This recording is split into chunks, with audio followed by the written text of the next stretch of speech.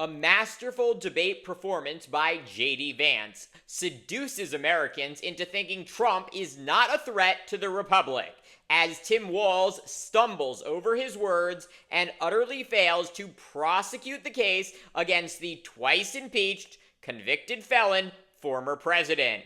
Welcome to the No Spin Zone. Graph's Grievances starts right now.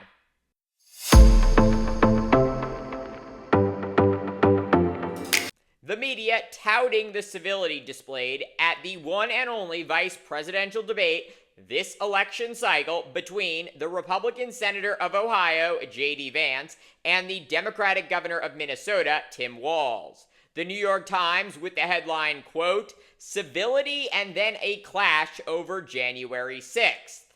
The Washington Post writing, quote, "Civility and moderation." CNN saying decency, not demagoguery. And the Wall Street Journal writing, quote, "Vance confident, Walz uneven in debate heavy on policy." These headlines literally gold for the Trump-Vance campaign, as we are now just a month away from Election Day.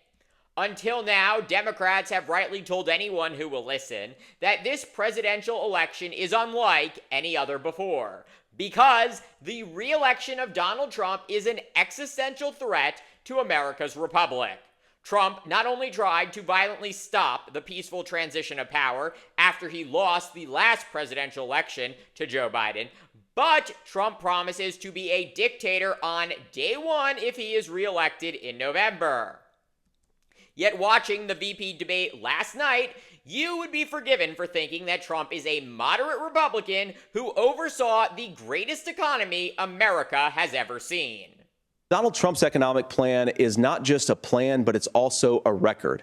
A lot of those same economists attack Donald Trump's plans, and they have PhDs, but they don't have common sense and they don't have wisdom. So when people say that Donald Trump's economic plan doesn't make sense, I say, look at the record. He delivered rising take-home pay for American workers.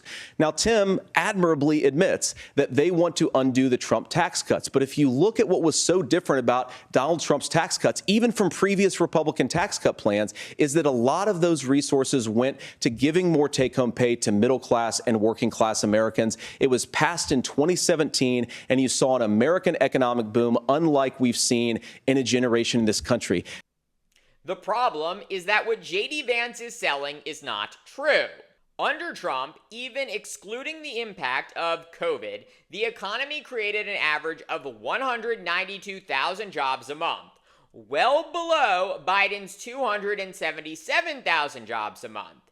In addition, America's economic output growing under President Biden more than former President Trump. Real GDP expanding at an annualized rate of 2.7% during Trump's first 3 years in office and 3.5% during Biden's first 3 years. But at the debate last night, Walz could not keep up with Vance. He appeared nervous, uncomfortable, and out of place, not only failing to defend his running mate, Vice President Kamala Harris, who Vance kept insisting is currently president, but also failing to call out Vance for rewriting the history of the Trump administration. Hear a lot from Tim Walz this evening, and you just heard it in the answer. A lot of what Kamala Harris proposes to do, and some of it, I'll be honest with you, it even sounds pretty good. So the rhetoric is good. Much of what the senator said right there, I'm in agreement with him on this. Governor Walz and I actually probably agree that we need to do better on this. I believe Senator Vance wants to solve this. I agree with you. I think you want to solve this problem. I agree with a lot of what Senator Vance said. I actually agree with Tim Walz. That's right. Walz made Vance look like a good, normal guy, maybe even a moderate. The running mates using the words agree or agreement or I don't disagree more than a dozen times to describe the common ground they share. But while that was happening, Vance was spreading more and more lies designed to make Trump look like a sane, compassionate conservative in the vein of George W. Bush. And I think you can make a really good argument that it salvaged Obamacare, which was doing disastrously until Donald Trump came along. And I think this is an important point about President Trump. Of course, you don't have to agree with everything that President Trump has ever said or ever done. But when Obamacare was crushing under the weight of its own regulatory burden and health care costs, Donald Trump could have destroyed the program. Instead, he worked in a bipartisan way to ensure that Americans had access to affordable care. That is not true. Trump tried to kill Obamacare multiple times, including that now historic vote in Congress where Republican Senator John McCain broke with his party and refused to appeal the ACA because Republicans had not come up with a replacement for the act, which Trump promised to do. Enrollment in Obamacare also declining under the Trump administration, contrary to Vance's claim that Americans did not lose health care. A Yale-trained lawyer, Vance also effortlessly and convincingly mitigating Trump's successful effort to roll back abortion rights. Will you create a federal pregnancy monitoring agency?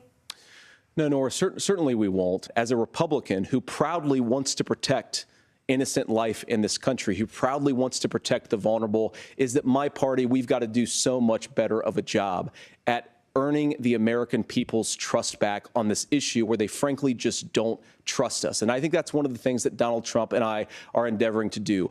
I want us as a Republican Party to be pro-family in the fullest sense of the word. I want us to support fertility treatments. I want us to make it easier for moms to afford to have babies. I want it to make it easier for young families to afford a home so they can afford a place to raise that family. And I think there's so much that we can do on the public policy front just to give women more options.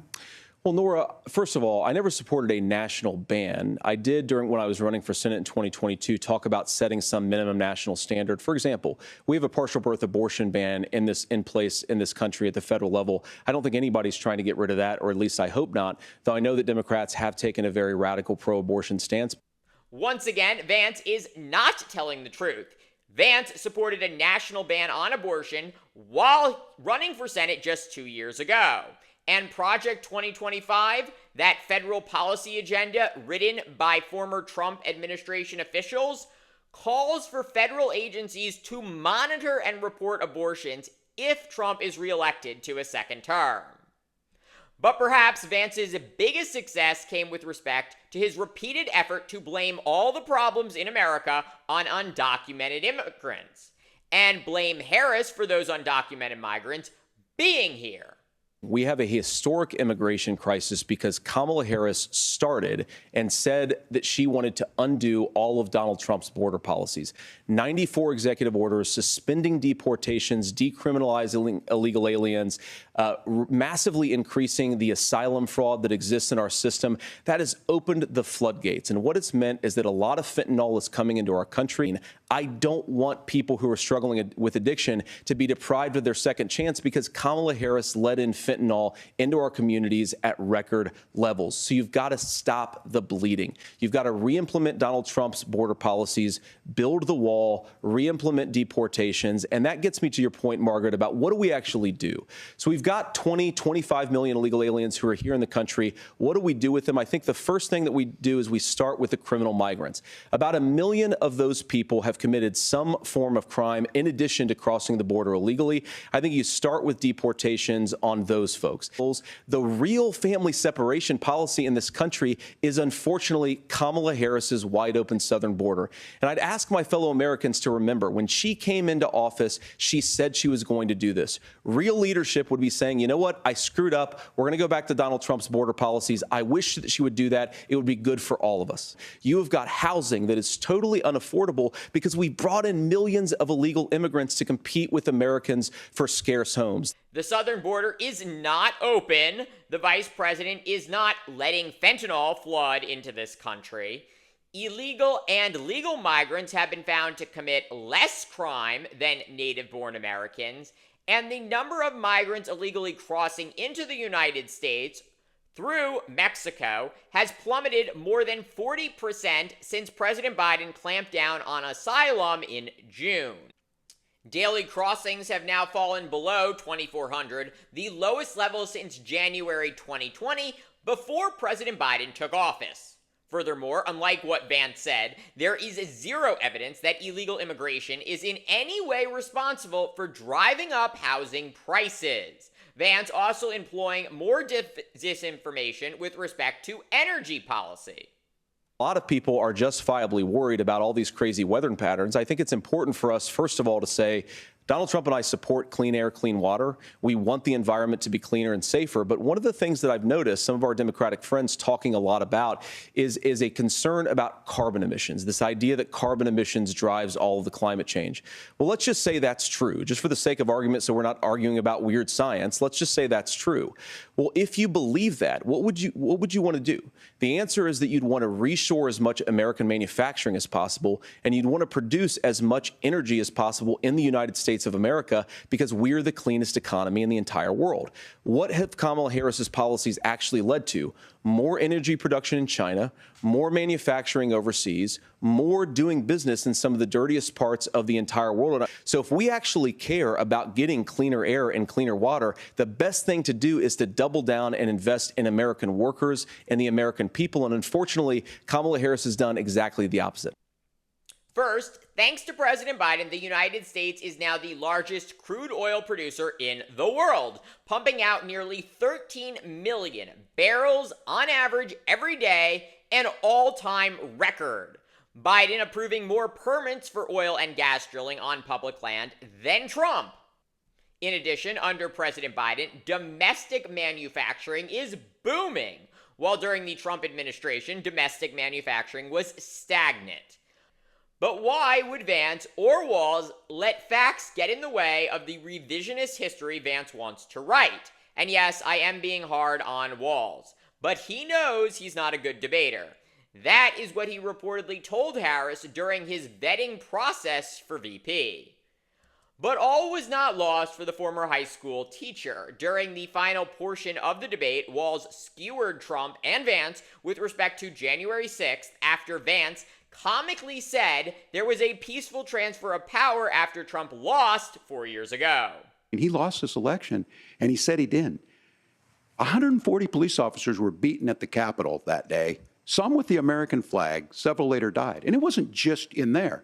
In Minnesota, a group gathered on the state capitol grounds in St. Paul and said, we're marching to the governor's residence and there may be casualties. The only person there was my son and his dog, who was rushed out crying by state police. That issue, and Mike Pence standing there as they were chanting, hang Mike Pence. Mike Pence made the right decision. So, Senator, it was adjudicated over and over and over. I worked with kids long enough to know, and I said as a football coach, sometimes you really want to win, but the democracy is bigger than winning an election. You shake hands, and then you try and do everything you can to help the other side win. That's what was at stake here. Now, the thing I'm most concerned about is the idea that imprisoning your political opponents, already laying the groundwork for people not accepting this. And a president's words matter.